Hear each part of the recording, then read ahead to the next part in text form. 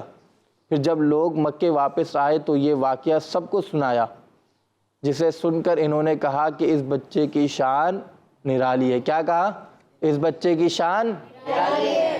اسی طرح پیارے بچوں، جب آپ صلی اللہ علیہ وسلم کی عمر مبارک 12 سال ہوئی، اب ہم نے واقعہ سنا تھا پہلے 10 سال کا، اب جب آپ صلی اللہ علیہ وسلم کی عمر 12 سال ہوئی تو آپ صلی اللہ علیہ وسلم نے اپنے چچا ابو طالب کے ساتھ شام کی طرف پہلا تجارتی سفر فرمایا۔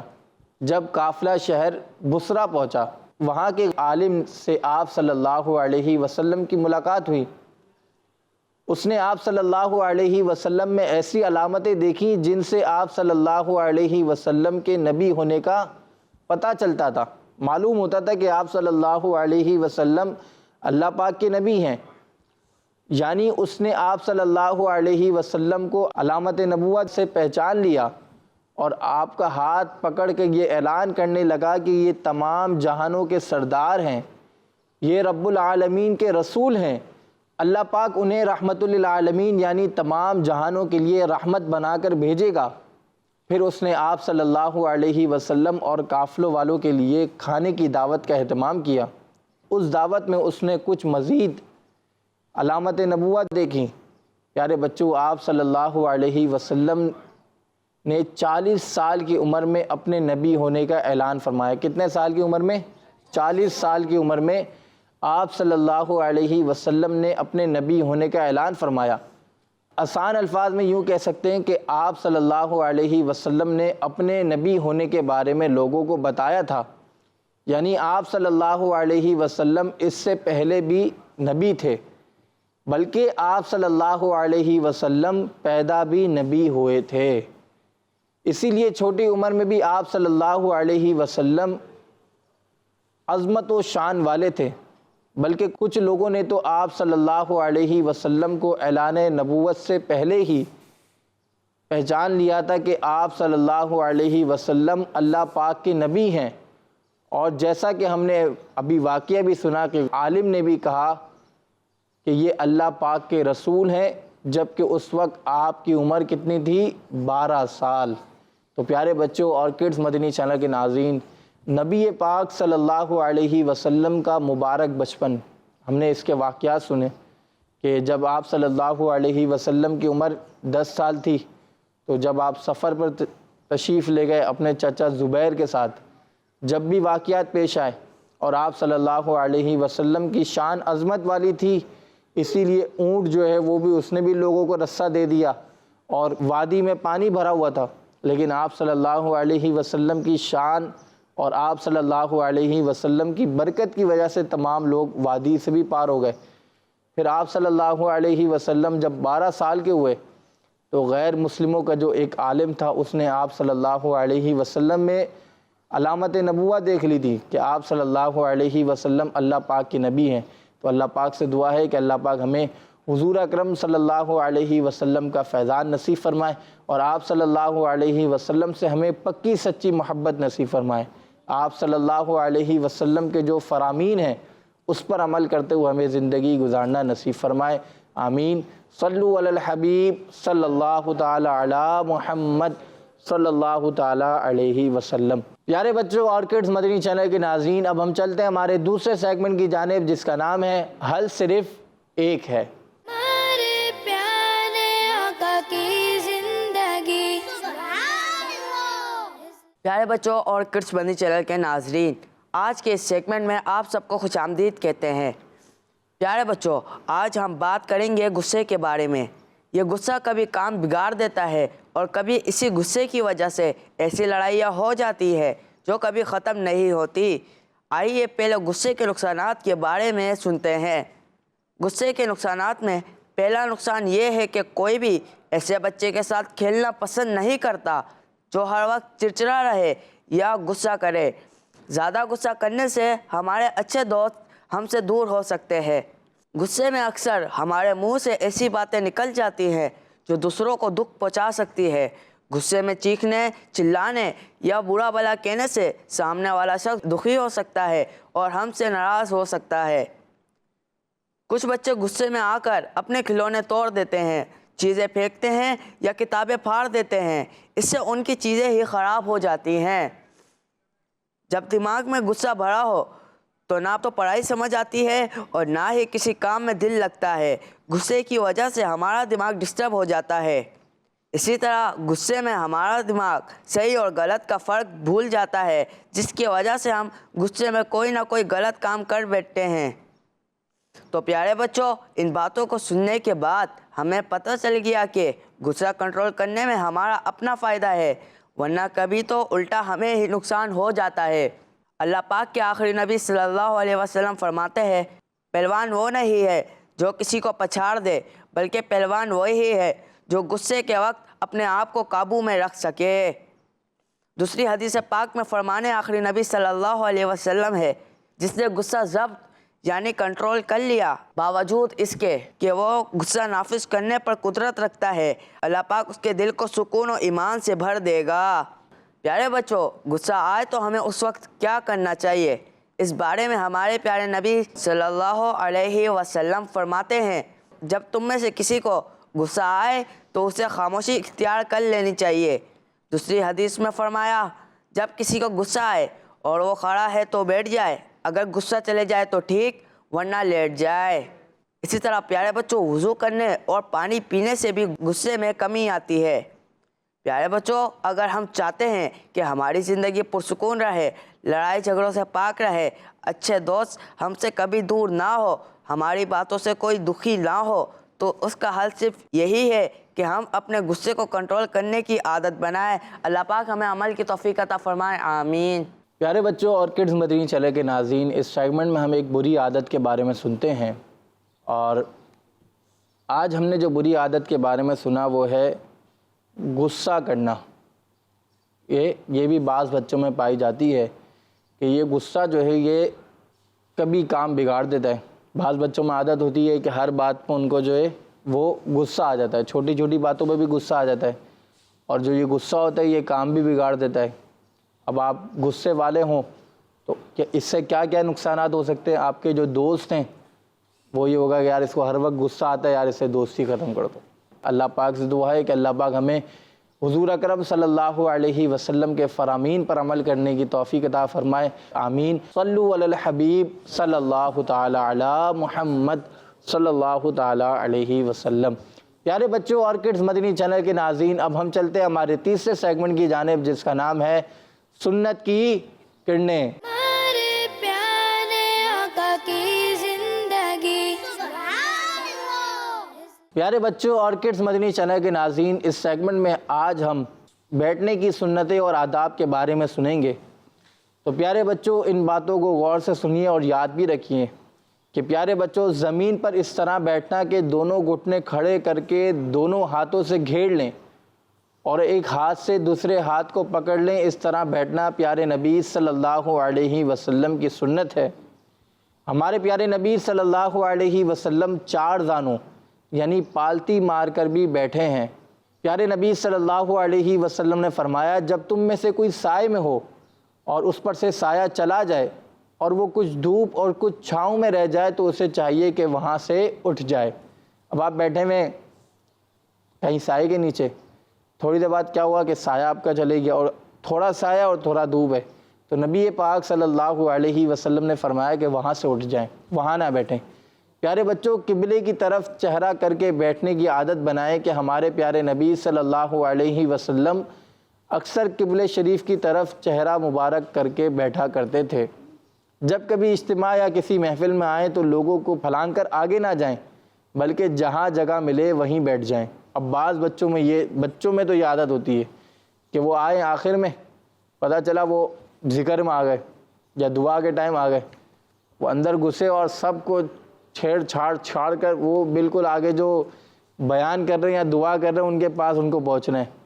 تو کیا ہوتا ہے، یہ بچوں کے اندر بہت عادت ہوتی ہے۔ اور بیٹھنے کے آداب و سنتوں میں سے کیا ہے کہ جب کبھی آپ اجتماع یا کسی محفل میں آئیں تو لوگوں کو پھلانگ کر آگے نہ آئیں، بلکہ جہاں جگہ مل جائے وہیں بیٹھ جائیں۔ اگر آپ کو آگے بیٹھنے گئے تو آپ جلدی آ جائیں، عشاء میں آپ پہنچ جائیں، عشاء کے بعد اگر اجتماع ہے تو عشاء میں آپ نماز کے بعد آگے بیٹھ جائیں، جا کر کوئی ہٹائے گا بھی نہیں آپ کو۔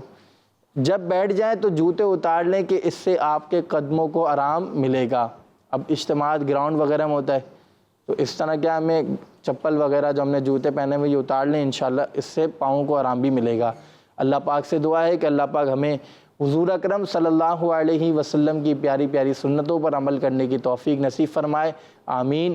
صلو علی الحبیب صلی اللہ تعالی علی محمد صلی اللہ علیہ وسلم۔ پیارے بچوں، آرکڈز مدنی چینل کے ناظرین، اب ہمارے پروگرام کا وقت ختم ہوتا ہے۔ انشاءاللہ الکریم نیکسٹ ایپیسوڈ میں پھر ملاقات ہوگی۔ اپنا خیال رکھیے گا، ہمیں دعاؤں میں یاد رکھیے گا۔ آرکڈز مدنی چینل، صلو علی الحبیب صلی اللہ تعالی علی محمد صلی اللہ علیہ وسلم۔ ہمارے پیارے آقا کی لائف آف محمد صلی اللہ علیہ وسلم، لائف آف محمد صلی اللہ علیہ وسلم، ہمارے پیارے آقا کی زندگی۔